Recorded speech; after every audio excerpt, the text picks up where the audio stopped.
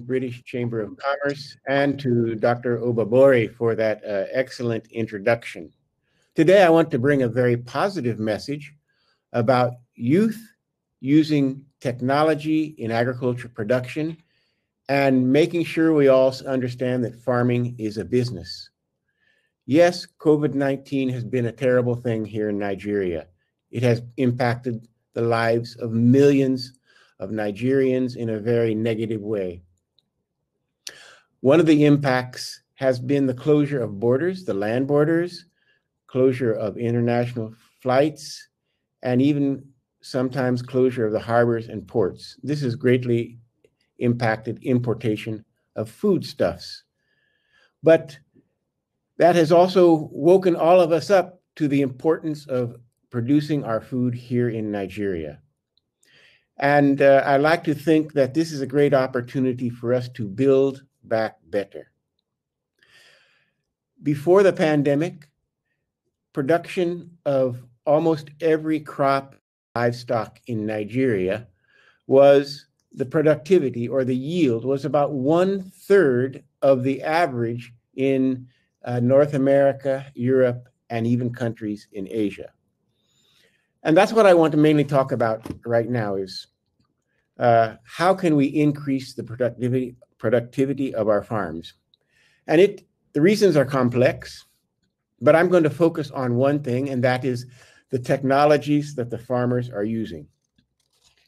The good news is that we have many highly productive agriculture research scientists working here in Nigeria at many universities that have schools of agriculture and at the National Agriculture Research Institutes, such as the Institute of Agriculture Research in Zaria or IARNT here in Ibadan, etc. There are many of them, highly productive.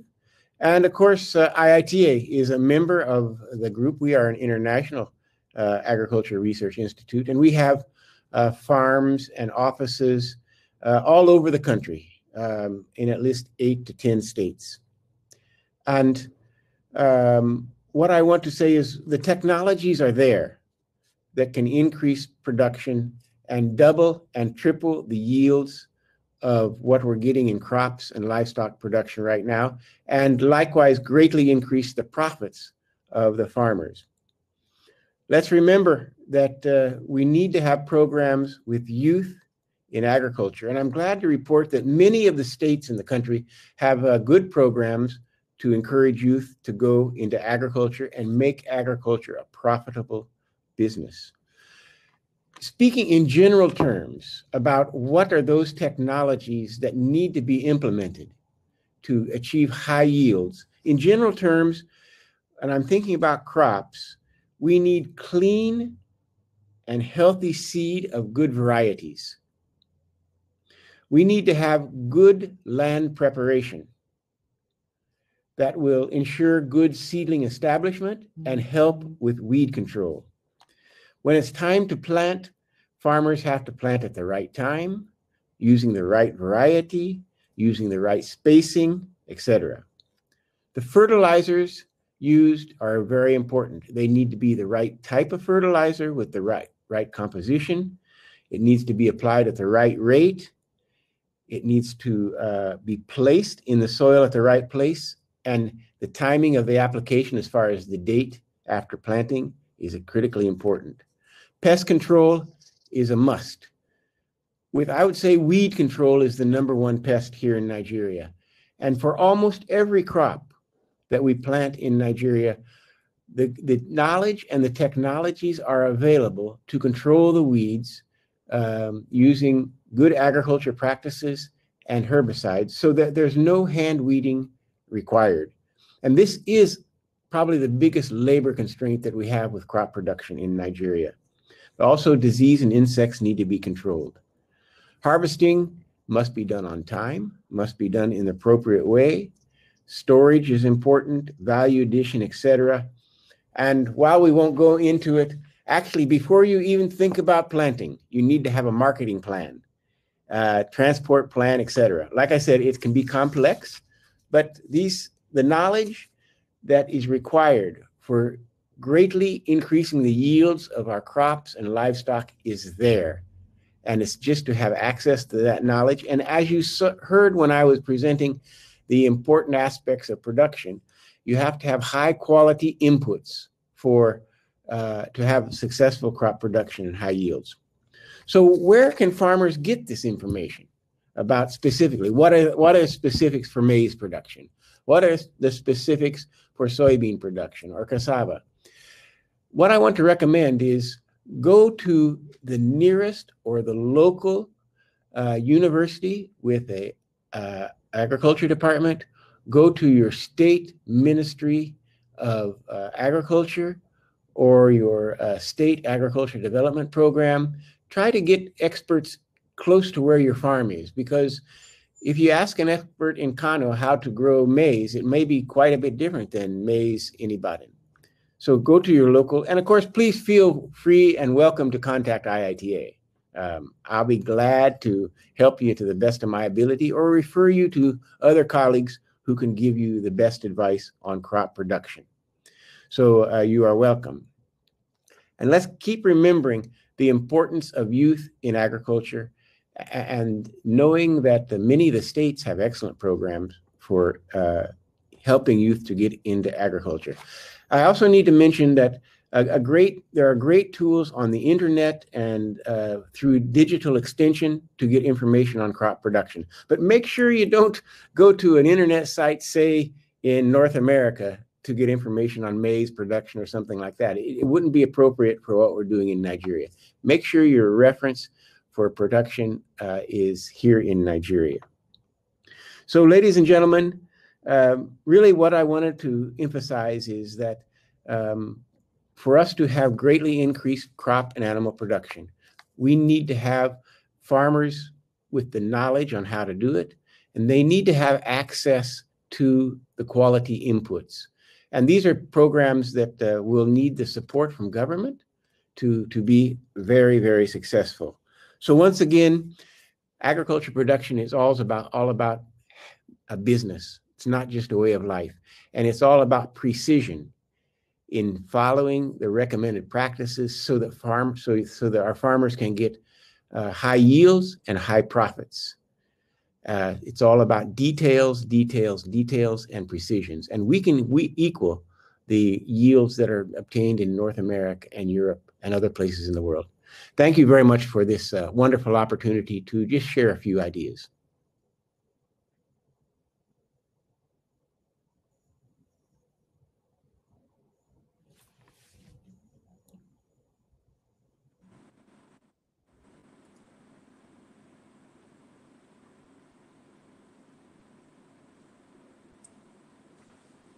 I want to thank Dr. Dashiell Kenton, the Deputy Director General of IITA, for the very wonderful speech and the comments that you have made. I've noted quite a number of things about knowledge and technology for crop production. And when we get to the plenary, I'll be asking you questions around drone application in Nigeria. How well is IITA able to help Nigerians to bring to the fore the use of drone to ensure that we can increase our ability to plant and to harvest? What I see in Nigeria today is that we are very happy to use the drone for social functions, whereas we need more of this drone application on the farms. And I'll be asking you some of these questions when we get to the plenary. And in addition to some other questions that I have in mind with respect to how we can increase the yield, even for rice production. Some questions are agitating my mind already with respect to how globally competitive can Nigeria be in rice production. I've had arguments in the past that people said we are not competitive, our soil is not good for rice, but what we are seeing on ground today is looking different from that, because when you get to Abakaliki, for example, you will see the amount of work that is going on across the country, and that is showing that Nigeria can actually do a lot more in rice production and make us a net exporter of rice in the near future. So when we get to plenary, I'll be asking you some of the questions related to that. I want to thank you very much, sir. And I'd like to invite now to the podium, I'd like to invite Mrs. Folashade Joseph, the Managing Director of Nigerian Agricultural Insurance Corporation, who is ably represented by Mr. Jerome Olowyeye, who is the Director of Research and Planning.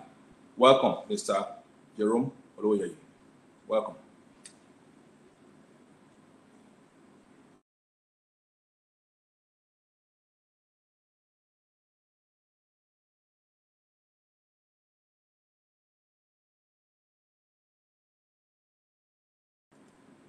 Okay, I'm told that Mr. Jerome is having some network issues right now. So I'd like to move to the next speaker. And we have Mr. Onyeka Akumah, the founder and CEO of Farmcrowdy. I do believe that a lot of Nigerians would like to hear Mr. Akumah's story and how well he has impacted Nigeria as far as raising funds in the crowdfunding space is concerned. Mr. Akumah, you're welcome to speak on this platform. Thank you. Thank you. Thank you for having me. Thank you to the Nigerian-British Chambers of Commerce for having me in this session. I'm quite excited to be here, and I'm also excited about the opportunity to talk about agriculture from the place where, for us at Farmcrowdy, we've had to deal with this in the last 4 years of our operations. So in spending the next 10 minutes prior to the panel, just discussing some of the major things that I'm hoping that maybe questions will come out from. What I'll do is first I'll give a story around how we started Farmcrowdy, where Farmcrowdy got to, and then what the prospects are in the food value chain. So taking it back to maybe 2015, 2016, when we conceived the idea for Farmcrowdy, what we noticed then was that you had millions of farmers. When I say millions of farmers, some reports say more than 30 million farmers are classified as small-scale farmers. These are farmers that have between 1 to 3 acres of farmland, max 1 to 3 acres of farmland that they're able to cultivate. And they do this every season, and they depend on the output that comes from the farm in order to survive. And sometimes it's not enough for them to turn it into a business. It's pretty much farming for survival. And if you look at that number, say 30 million of them, the major reason why a lot of them were not able to scale their operations or grow or turn it into a business was centered around some key factors. One was how they accessed finance. In accessing finance, the average small-scale farmer that needs to work on their farm needs between 150,000 naira to 300,000 naira per season. And if you have 2 seasons, depending on what the farmer is doing in the year, if you have 2 seasons, you multiply that by 2. But let's say this farmer just needs it for 1 season. And so you have 150,000 naira. I'll use that as my case for a farmer to work in a season per year. And you have, say, let me, for the sake of this conversation, say you have 30 million small-scale farmers in the country.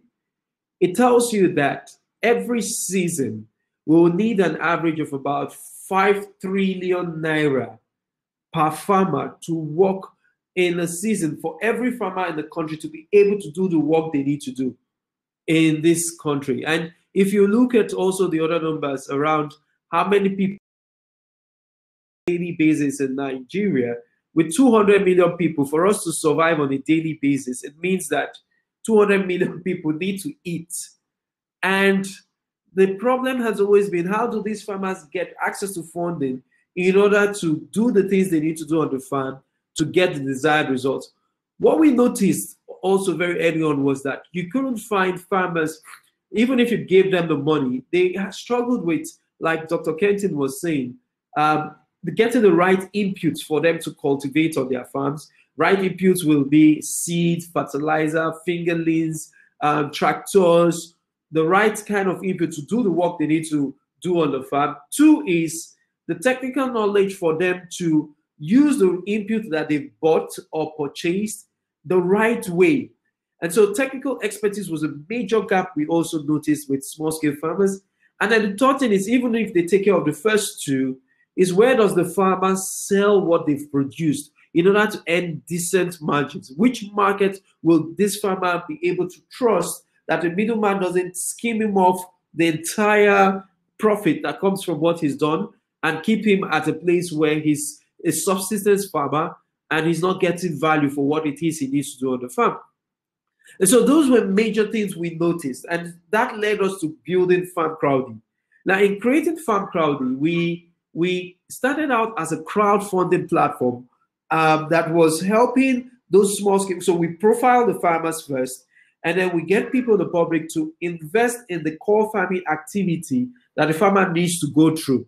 Now, originally in 2016, when we started, we were focused more on accessing finance for the farmers and not so much on the production and not so much on the trading and all. But what we noticed is that the farmers needed extra help in not just getting the money, but these other things I mentioned.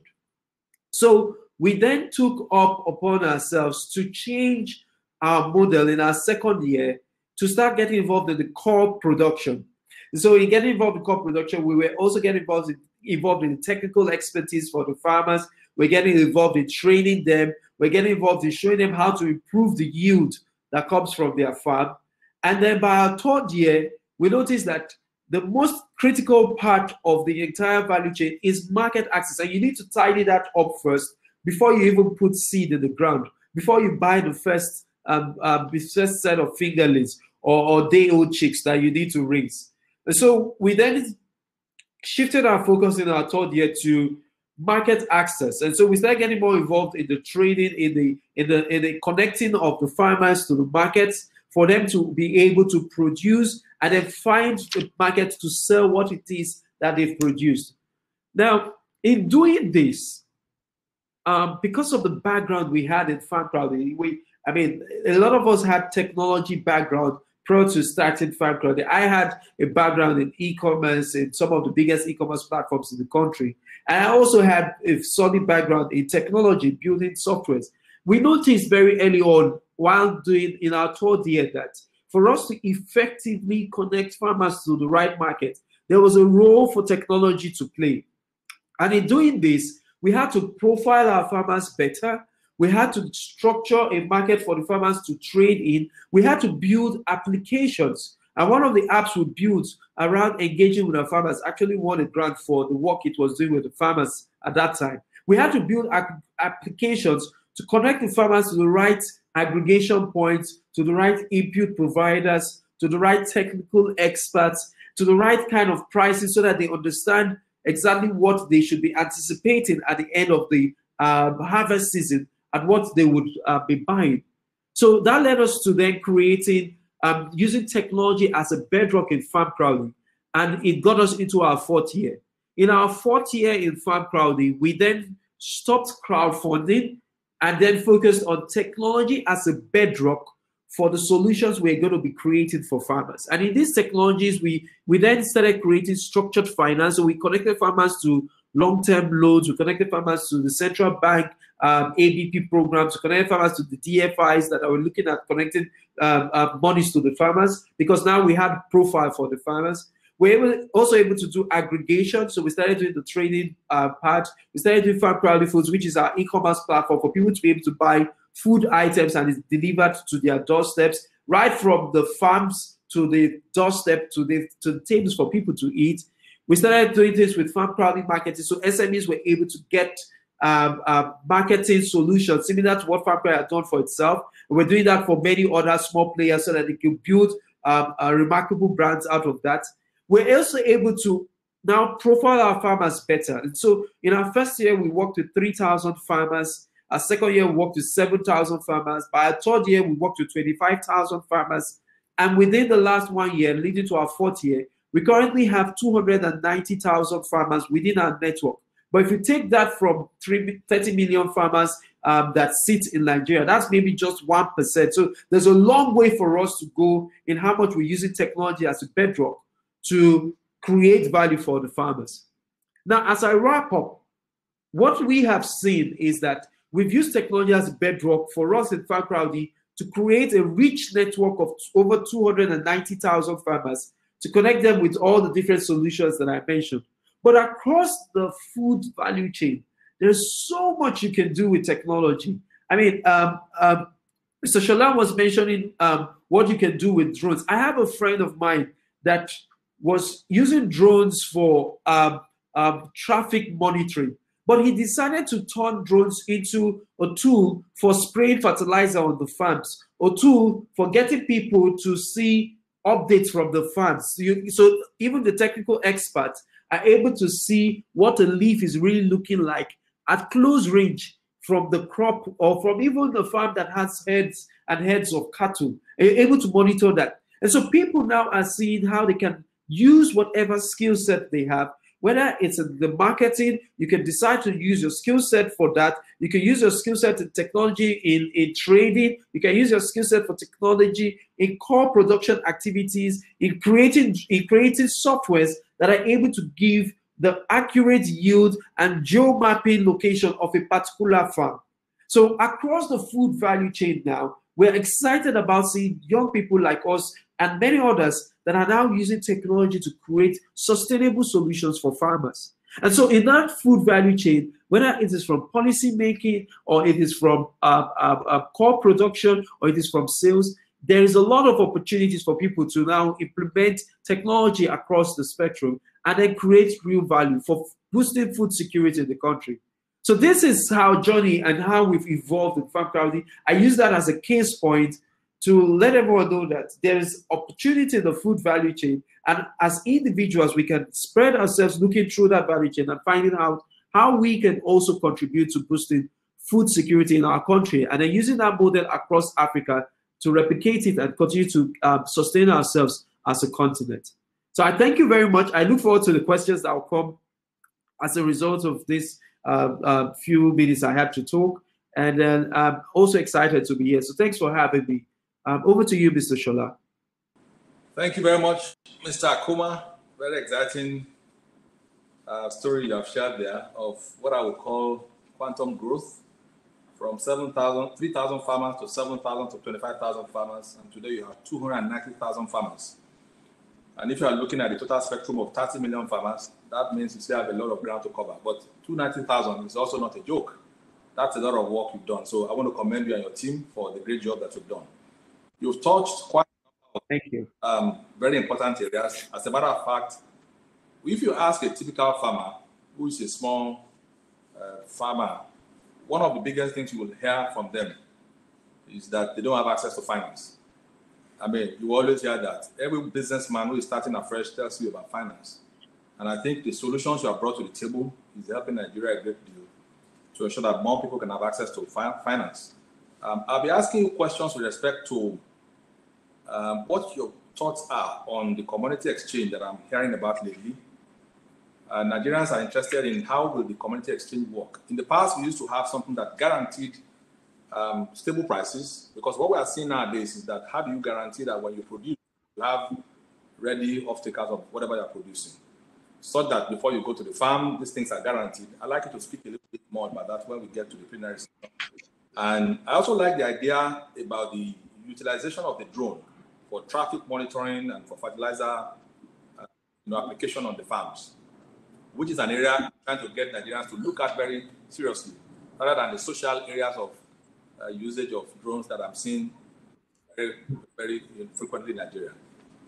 When we get to plenary, I think we'll crack a little of some of this a little more. But I want to thank you very much. You've touched on finance, right input, technical input, and access to markets. And I believe those who are on the platform listening will also have one or two questions to ask you with respect to how to have access to market. That's very germane. Where is the market and who will take them there? Those are questions that I would like you to please be ready to answer for us. Thank you. So to the next speaker on the platform, we have representing the Managing Director of Nigerian Agricultural Insurance Corporation, Mr. Jerome Olowyeye, who is the Director of Research and Planning of NIITA. I'd like to ask him to come to the podium so that he can speak to us now. if Mr. Olowyeye is there, we're happy to receive you right away. Mr. Olowyeye? Mr. Olowyeye? Okay. I guess he's still having some issues with his connections. Let's move down to Mr. Taiwo Oyaniran. Mr. Taiwo Oyaniran is the Associate Director for PwC in Nigeria, and he's an erudite man as far as agribusiness is concerned, and is very much ready to speak to us on the platform. Let me invite Mr. Taiwo Oyaniran to get on the platform and speak to us. Mr. Taiwo Oyaniran. Mr. Taiwo Oyaniran. Okay. Now we have Mr. Taiwo Oyaniran. Thank you.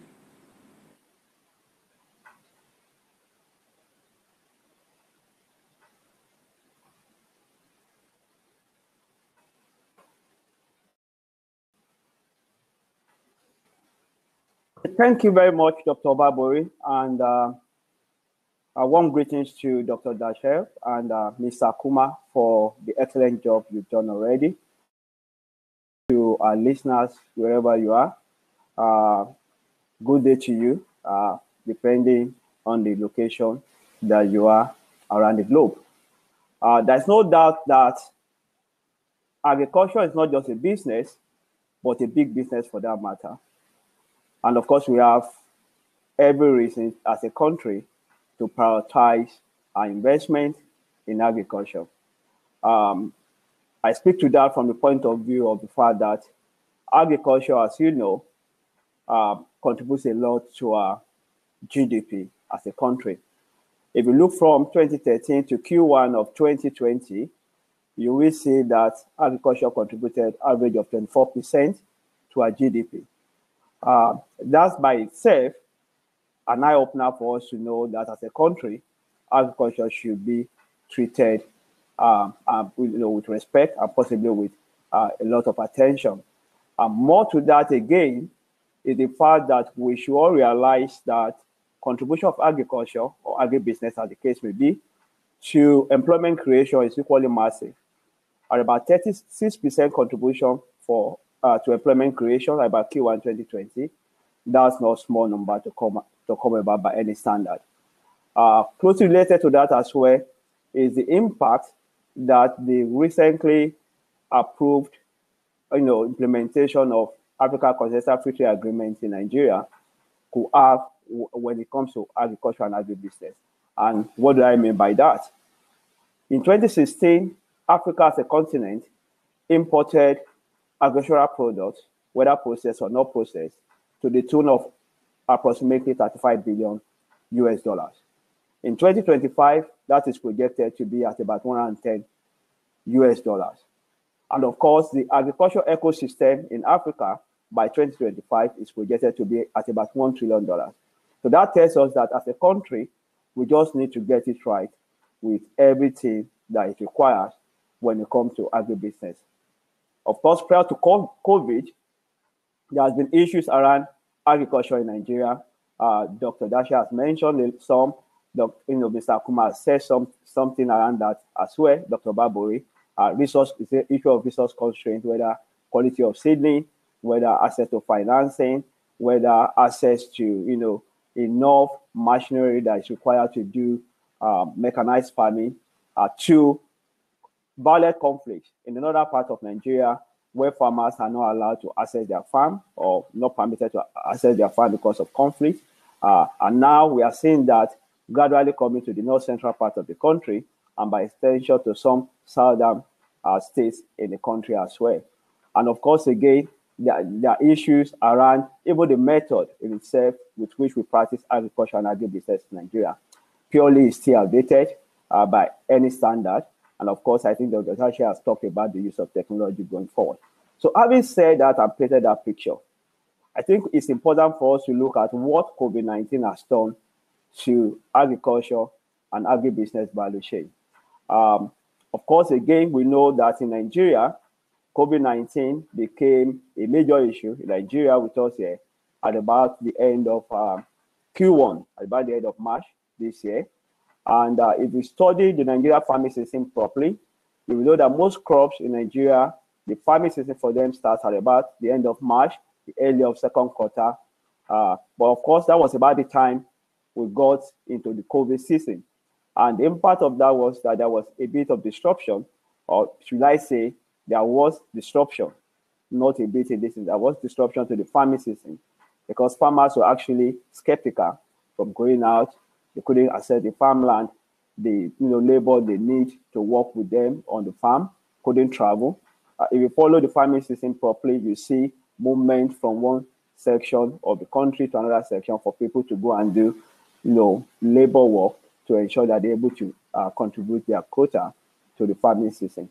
More so, we need to understand again that with COVID, because people were unable to start the farming season as expected, we then see that there is now the increase in the prices of food and agricultural products, and that is equally being validated by the recent inflation figure that we've seen. At the end of October, it was reported that we are at 14.23% inflation percentage, and what contributed to that mainly is equally pressure from food prices that has gotten to about 17% from 16% in September of October 2020. Now, what should we be doing as a country to stem the impact? The country, whether at national level or subnational level, should see agriculture and agribusiness as a serious business. More investments is required because if you look at the budgetary allocation to agriculture in Nigeria, whether at national or subnational level on a yearly basis, it's barely at about 2% maximum. That's a far cry from the 10% Maputo declaration on, annual budgetary allocation to agriculture. The other bit I think we should be considering as a nation is for states to see area of their core competence in the agri value chain and make significant investment or serious investment in those areas. And of course, government should hold those states, I'm saying government now, the national government should hold the states accountable for which area they've accepted or they've, owned to work on. For government as well, I think it's about the time for us to look at the policies that we have that is actually guiding our agriculture in Nigeria or agribusiness in Nigeria. What are the targets we set for ourselves in those policies? Where are we with respect to those targets? For those areas that we are working with, what did we do differently? And how can we replicate that on the areas that we are not doing well as a country? And again, more importantly, I think it's time for government as well to then begin to see how we can reintroduce the farming clusters that we used to have in the time past in the country as well, and perhaps to consider doing a PPP arrangement to finance that if it's going to be highly capital intensive. Again, for private players, there's money to be made in agriculture and agribusiness. So each and everyone should look at the value chain and see where they are best fit and they're able to make the maximum impact that they would like to make. And so, in the context of doing PPP, there are private players that want to partner with government to make sure that that comes to realization. And secondly, we then be for big manufacturing companies that requires agricultural produce as source of key raw materials to ensure that they do what I call backward integration. I don't think there's any point for any manufacturing company at this point in time to continue to import major raw materials where they can be supplemented with local production of the input. I think that's one thing that needs to be taken seriously. And for me, again, as a country, one of the recommendations I'll be making at this point in time for us is that perhaps this is about the time for us to then see how we brush up the data on agriculture and agribusiness in Nigeria, because depending on who you are speaking with, might determine the kind of data and facts you get out of agriculture and agribusiness in Nigeria. There's need for us to harmonize our data from the input point of view, from the processing point of view, and all of that.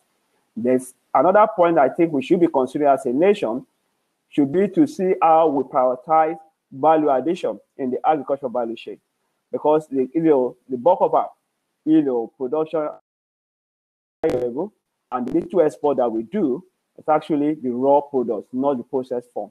And there's little that we can actually get out of that. And if we do that, the tendency for us to then change the dynamics of Nigeria as a net importer instead of a net exporter might change if we then begin to focus on value addition. And how do I mean? If you look at 2016 to 2019, the cumulative expenditure on agricultural product imported to Nigeria was about 3.3 trillion naira, which was like 4 times the value of export, which was just about 800 billion naira within this time frame. But we add value to what we produce, perhaps we're going to get more money for the country in terms of export earnings. And lastly, I think what we should be doing as a country is not for us to then go back and agricultural products that we have core competence in producing. There are so many of them that we are about the first in Africa, if not by extension, globally, whether it's yam, whether it's cassava, whether it's rice, and see how we can turn that around and create economic prosperity for our country. And, you know, as we do that as a nation, I'm sure we're going to get better and do what we need to do with agriculture and agribusiness. Thank you for having me, and I really appreciate the opportunity to speak to our audience. And over to you again, Dr. Obabori. Thank you very much, Mr. Taiwo Oyaniro. I've learned quite a bit, and I've written quite a lot of information down.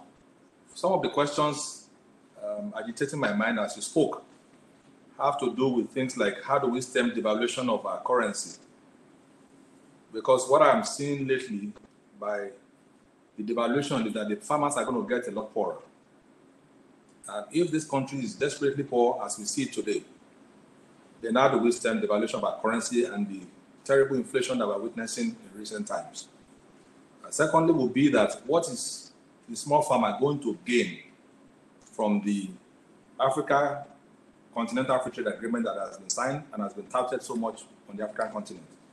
Every small player, even the medium-time players, what will they stand to gain from the this Continental Free Trade Agreement? I would like you to speak on that when we get to plenary. Those are some of the issues bothering my mind as you spoke. And again, what are the opportunities for Nigerian farmers?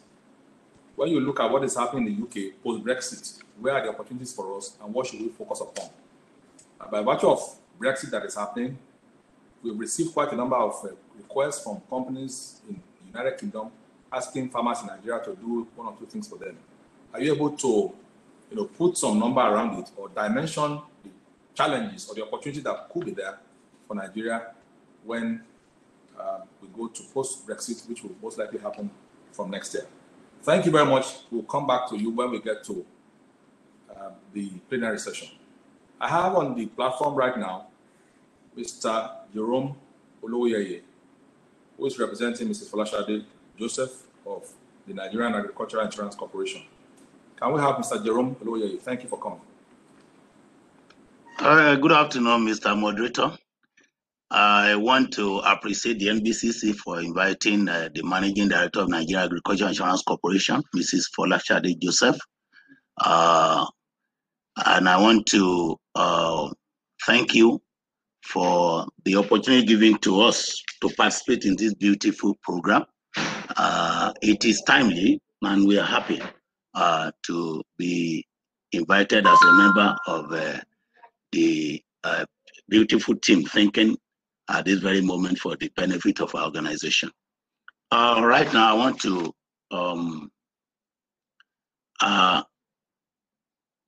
move into the contribution that we have on this post-COVID future for agribusiness. Quickly, I'll talk about the role of government policies and initiatives, Nigeria's trade policy and future of agribusiness. And I will talk about formulating policies and initiatives to create sustainable future for agribusiness.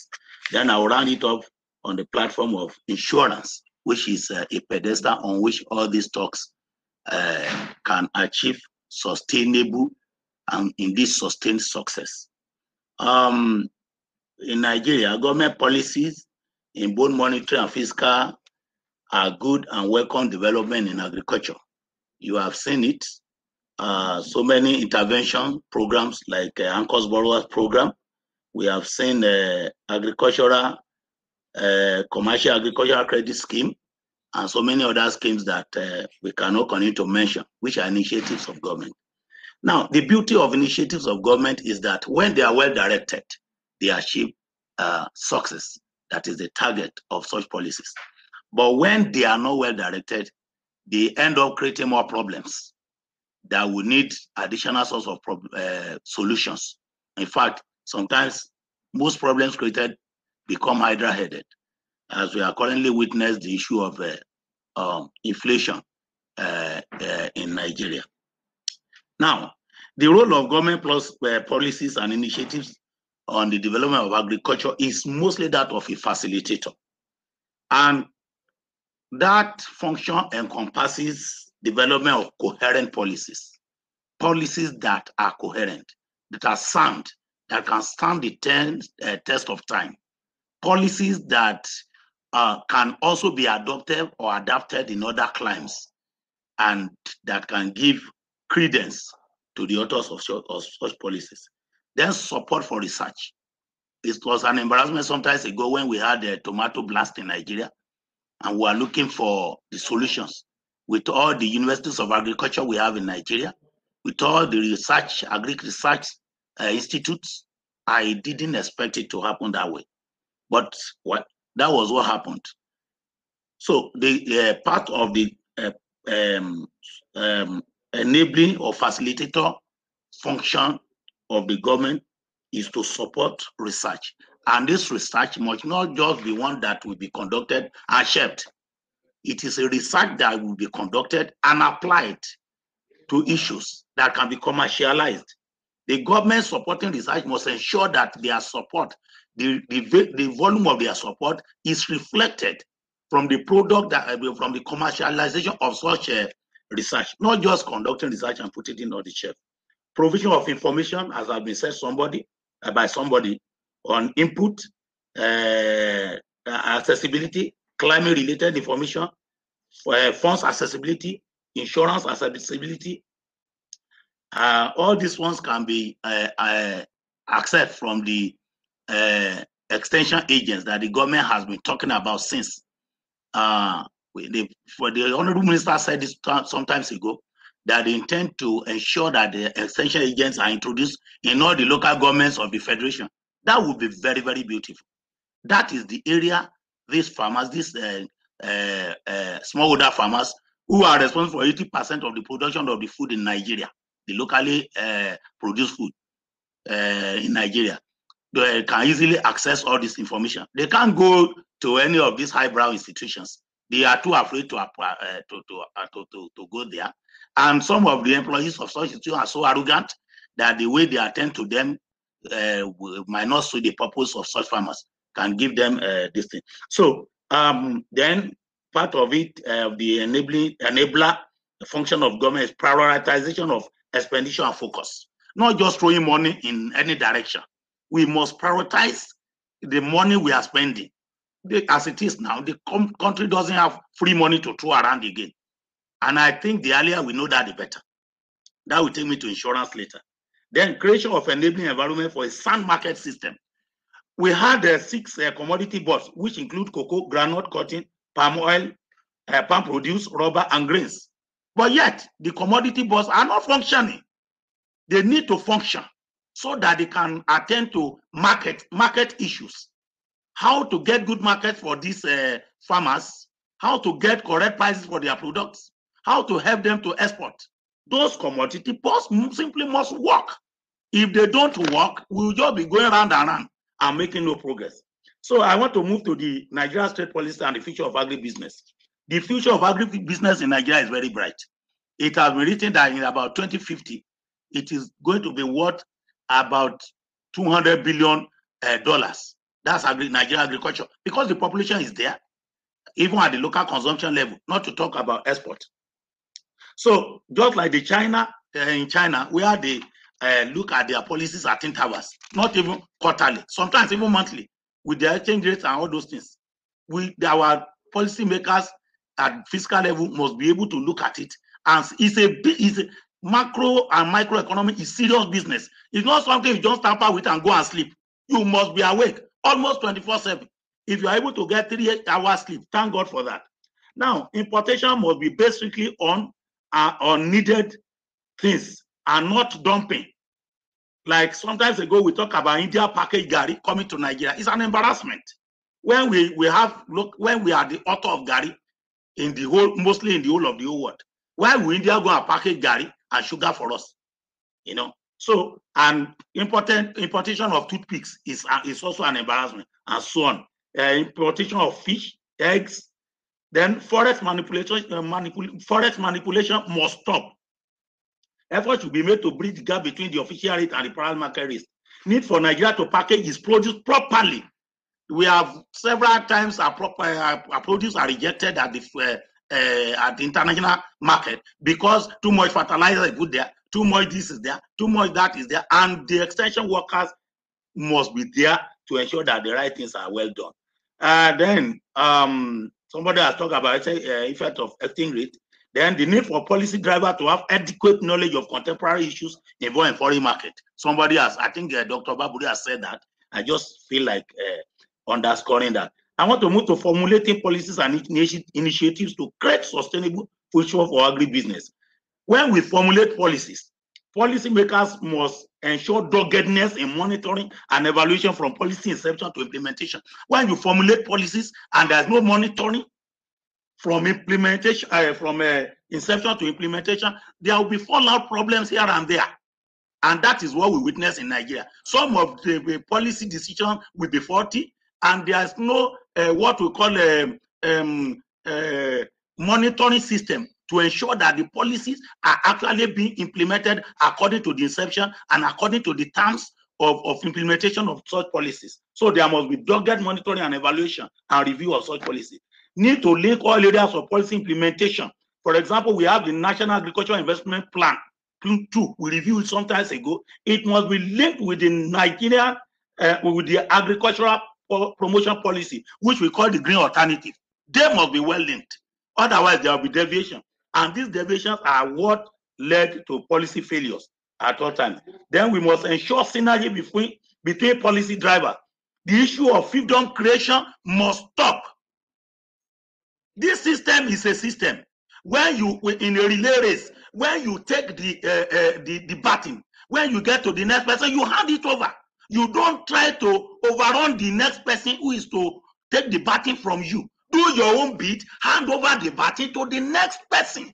Don't overrun the next person in the baton in a relay race. And that is what we see in Nigeria. And that's why our system is not working. Somebody wants to run his own race, and then instead of handing the baton to the next institution to do his own, he wants to perform the function of the other institution, which he doesn't know much about.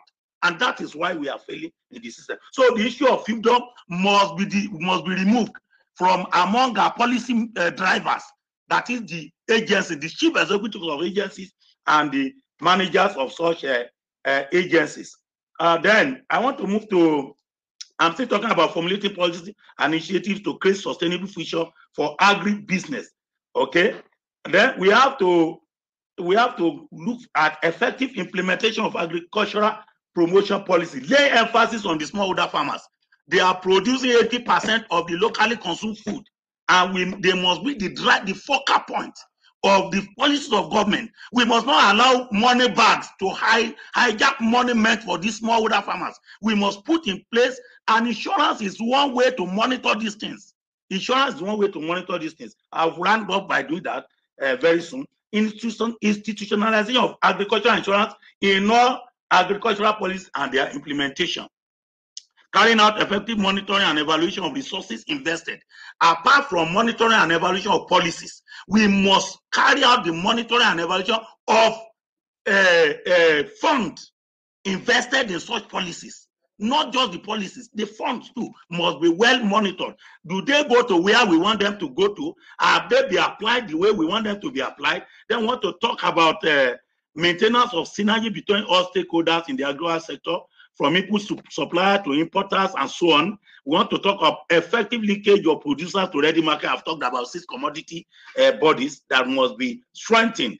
Then we must introduce and maintain and stabilize genuine input supply regime, including seedling, fertilizer, herbicides, and so on. Once we introduce and maintain them and stabilize them, the government can then hands off for public, for private practitioners to take it away from that. Finally, I want to talk about insurance. All these things we are talking about will be fruitless if insurance is not there. And that's one problem we have had in Nigeria and in Africa. The penetration of insurance into Nigeria and in fact into Africa in agriculture is less than is about 1% compared to other countries of the world. We need to look at that. We know there is no free money now. The time that for some farmers in the region will suffer from avian flu, and then government will come and release billions of naira to help them, is no more the money. They must simply, government at all levels, at all tiers, at all arms, must continue to tell their constituents that they must embrace insurance. It's a simple way of doing things. If we don't have that money unless we are simply deceiving ourselves, you know. So insurance is the way to go. And beautifully enough, insurance covers all the agricultural value chain from farm input supplies, where the transportation, the manufacturing and movement here and there, the production. Each of the value chain has their own policies. They are distinct policies. Production, whether it's crops or livestock, transportation. In fact, sometimes ago it was so funny. Peter Njonjo of Twiga Foods in Kenya was surprised that banana was so cheap in London than in Nairobi, Kenya. He was so surprised. He couldn't understand why banana should be cheaper in London, where it's not produced, than Kenya, Nairobi, where it is produced. So he found out in his research that it is movement of goods. While some were being moved, were rotting away somewhere, people need the banana somewhere else. So, and it started, Twiga Food started moving these crops, and they are the best for it, they are the better for it. It happened to me personally. I was in Calabar. I wanted rice and stew, but they told me I had to eat my rice with pepper soup. I couldn't understand it because they say tomato was not too much available in Calabar, whereas part of this tomato is rotting up north here.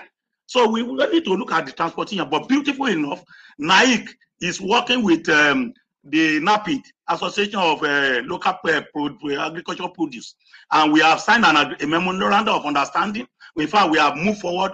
Any moment from now, we will launch that program so that we can move all this agri-produce across the length and breadth of Nigeria. We talk about processing, we talk about storage, we can talk about market, whether local or outside.